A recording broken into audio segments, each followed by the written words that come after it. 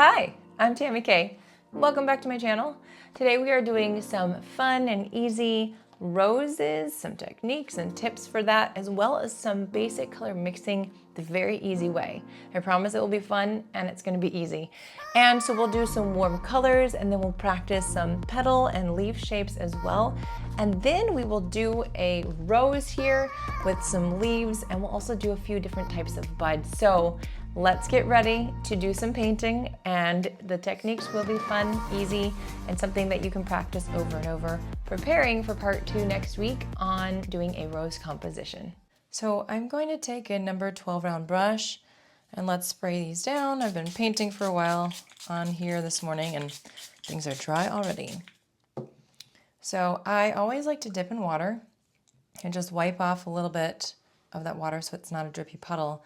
So if I want to just load a little bit of, light paint, I just grab from this palette here and I like to make these little swirly motions. It's mixing up the paint if it's separated like you can see here. And sometimes I mix in a little bit of a different color. Now I can just paint straight on like this, but sometimes there's too much liquid. So once I've loaded my brush, I always like to dab on a paper towel and then I add in that paint. And there wasn't a ton of water in my brush, but sometimes there might be like a lot of really liquidy paint here, right? And then you can see already it's dripping. And if I were to paint with that, there's a huge puddle. So when I load my brush, the dabbing is going to take off a lot of that. And you're not going to have this huge soupy puddle that's going to go into everywhere. That for me is a huge basics to, just water control, controlling how much water is on your brush. That paper towel dab is so important. Now, if I want a darker version of the paint, I dip my brush in water and I wipe off this side. And then again, that swirling motion, I grab some of that paint. It's wet enough that I can paint here. And now I've got a really dark version of that. If I want to lighten up this amount of paint, I simply dip it in the water, wipe it off the side, dab my paper towel, right, for water control. And now I've got a lighter version. I can keep dipping, swiping, and dabbing, and to get lighter and lighter and lifting the value, which is the lightness or darkness of the color. Now, if I want to paint some floral shapes, again, always getting some water, wiping off some of it. I've got a little bit of pink here, and I can just grab that paint, right from here, nice and dark. I'm going to paint a petal, a basic petal. And so I've got that rounded tip. It's going to be pointed at me, and I'm going to go from the bottom up. So I'm going to just press lightly, and as I go out, I'm going to press a little bit more until I get very heavy pressure and my brush is splaying out. Then I start to lift up, and then I do the same thing on the other side. I want it to be pretty rounded, so I am curving slightly, and then I am moving this brush this way to create a rounded petal, okay? Filling it in that center. If I want a pointy petal, I'm going to just grab more water, grab some paint here, remember to dab. If I want a pointy petal, I can just press down and lift up slowly. Same thing on the other side. And now I have a pointier petal than what I had before. If I want to do really swoopy petals, grab some paint, dab. I can kind of just pretend the center's over here. I just kind of go make these little brush strokes, just curving it out so that it's going to follow the contour of the outside of that petal. And that's a pretty simple way to do it. Now, if I want to do petals on this side, say this is the middle, I'm going to grab some water. I'm going to now paint that this way. So my pointed part of my brush is pointed towards the middle or towards me right now, right? And I'm painting out this way. But then if I want to paint the bottom petal, I'm going to flip my brush around and I'm going to do that same practice. So I'm going to press down and then heavy pressure, kind of curve that petal around a little point and do the same thing on the other side.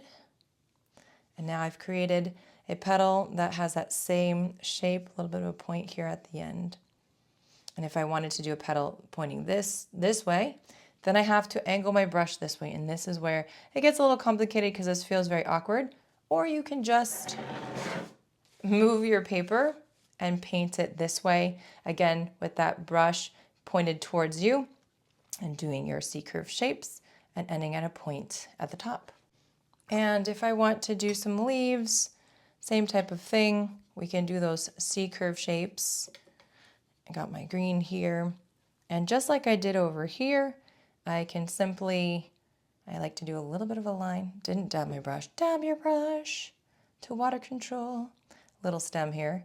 And then I'm going to press down, slightly curve around, lift up slow for that point. Same thing on the other side, right? The brush is pointed towards me. And if I want to do another leaf right over here, let's say I want him to point this way. So I'm going to do a little line, light pressure. Then I'm going to press down with the brush. Slowly lift up. Slowly lift up. And of course, if I want to do leaves that are pointed downwards, we flip the brush down like this, right? Same thing. And we're just going to do a little stem. Then we're going to press down, splay out, lift up slower. And this one is a bit more roundy. And there's another leaf. All right, so roses can feel really confusing, but I'm going to try to make it easy for you today. So we are going to start with kind of a peachy color. So I always grab the pink, which I'm running out of this. There's a little orange on there. So we're going to grab that part and mix it together, a little bit more orange. Now I like to start with a really dark center. So we're going to grab this, dabbing our brush, and we're going to start with a little bit of a kind of a C-curve shape. So just don't overthink this. Just take a little C-curve shape there, and then we're just going to do another one over here, kind of connect them together. And then we're going to do a little method of that I'm going to call clockwise. So we are going to point that brush, you know, at the center, right? And we're going to do a light pressure to make this connect, and then we're going to press down a little bit, and we're just going to squeegee or just wiggle around and create this wonky petal. And now we're going to go clockwise. We're going to find a place to anchor a little bit right there, and then we're going to come around and press and just kind of use our brush to, you know, wiggle it around and then connect it and leaving a little bit of white space. All right, so now we're going clockwise. So now we're going to find a place right here. And I'm going to press down and just wiggle my brush and leave a little white space and connect that petal right here. Now I'm going to take my brush, dip it, wipe it off, dab it, and now again that point, find a place to anchor, and then same thing. We're getting a little bit lighter and a little bit wonkier, a little bit wider too in that petal, okay? So we're still following, and we're just going to fill in most of that white space here.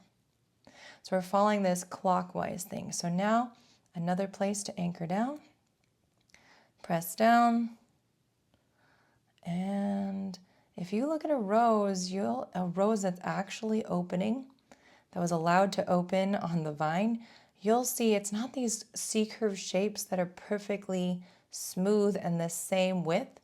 They're just kind of wonky and they move around. Take off some paint, dab it. They're wonky, and as we keep going out in concentric circles or half circles, we're getting wider. And you always want to anchor it down in two different places, right? And then we're going to fill in that white space, most of it. So we're leaving a little white space to show the different petals where they're at. I'm just going to start grabbing some paint from here, really light, because we're going to get lighter. All right, these petals are going to have less shadow around and just more of that light shining on them. So they're going to be lighter. They're going to look lighter. So remember, these petals are just wonky. They're opening, and they're absolutely looking gorgeous. All right, and I think one of the mistakes, I'll show you what we usually do when we're learning how to paint. No, here we go. All right, and the last one is, maybe last one, we'll see how we're feeling. Another one over here, anchor point, and just let that petal move. Sometimes it's thicker in one part and it's thinner in others, that one petal itself. So moving your brush is going to give you more of a, I think, natural look. Just kind of moving it around. I'd say let's do one more right here. So you can see that we've done concentric half circles or whatever you want to call them, just going clockwise. Then it just takes the guesswork of where we're putting the petal, the next petal, because we're going to keep going around in that circle until we have it all filled in the way we like it. As I say, that's it. Just going to add a little bit more right here. And then just move this around a little bit. We're not done because we're going to add in some accents as well. But kind of look at your flower and, see if you're satisfied with the overall shape. So now that we have our rose put down, and I'm going to nitpick at it, of course, I want to start adding in my green. And so I'm going to choose a green that makes sense for me. I've got my sap green here, which I absolutely love. And with a rose petal, you often see, I would say, more of a darker green. So I'm just going to take the complementary color, a little bit of red, and add that in to darken my green. And now what I'm going to do is dab my brush, don't forget that, and we're going to work on those C-curve shapes for our rose. So I'm going to just press down and just wonky leaf, curve it around, do another one right here, fill that in, and then I'm going to take another one right here, make another one right here, and I do like to move that brush around a little bit. So we're getting kind of that scruffliness that we have in a rose leaf, and fill that in and leave some white space. It's a little bit of a highlight. I think it looks pretty. And we'll do one more right here. So this one and this one are about the same level. This is a little bit higher, a little bit farther from the rose. And then we're doing this one right there. And they don't have to be perfect. Make it a little pointy if you'd like. And then we're just going to connect these all together with a very thin stem, just like so. And if you want it to be wider, you can always widen it up right now. All right, and we're going to add some more things to this rose. We are not done with it. While it's drying, let's just do a couple perspectives in our roses. So we're going to do a rosebud that is not open, and then one that is starting to open. So for the rosebud, let's see, the one that's open, we're going to just do a little bit of these sketchy lines. This is the top of the rosebud, all these little petals here that are entwined. And then I'm going to grab my number 12 round brush for this, and I'm going to just add in my little rosebud shape, okay? So it's nice, like C-curve shape. Just kind of think of those C-curve shapes always. They're very helpful. And then I am going to put a little bit of a petal out like this because it is starting to open. And then one over here as well. So these are very simple, easy ways to make these buds. While that is drying, before we put the green in, I'm just going to do a rosebud. Now these are loose, rosebud that's closed, okay? These are loose, they don't have to be perfect or realistic. And then I'm going to take my number 6, grab some green, and you can just make your stem to complete your rosebud. Okay? So very simple, very easy. Your paint is going to want to spread, that's okay. And just think about if you're using this in a bouquet like we will next week in part 2, you can, use the forward facing or the front facing flower. You can use a side-facing one, you can use these buds as well and just have fun with it. I'm going to grab a little bit of more concentrated paint, and I'm just going to pop that in just for some contrast in some of these right here. Just wanted to have a contrast between that bud and the petals, and then actually a little bit right here as well. So, but I'm going to clean my brush, dab it, and then I'm going to spread it. Just a little bit of darkness there. All right, so now that this is getting dry, we want to pizzazz it up just a little bit. So I'm going to make some more of that beautiful dark color. I said peachy. You know, it's pretty pinky right now.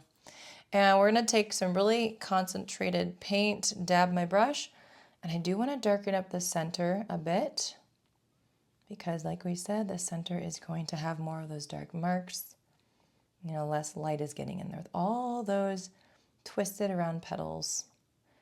And so you want to create that darkness there. But I also like to do some darkness around the rose too. And so sometimes it's just hard to know where to put things, but sometimes if you follow the white marks and just sort of use that as a guide of, this is probably where the petals would be, you know, darker at the bottom where they're tucked in from one petal to the other. And just, you know, make some really nice, quick marks that are going to help, you know, differentiate and make your rose look more three-dimensional. So I sometimes like to just do some really light lines here. And we're doing these C-curve shapes to show movement and accent as well. And if you want to clean your brush and use a different color, like for example, add more orange to, you know, what we already mixed up, you could do that as well. But just, it's really up to you. This is the artist's decision, and it's really based on your aesthetic and what you feel, I don't know, comfortable with or what you think looks good. I think it's about time to just let her be. All right, I'm going to grab that larger brush, and I do want to accent these petals also.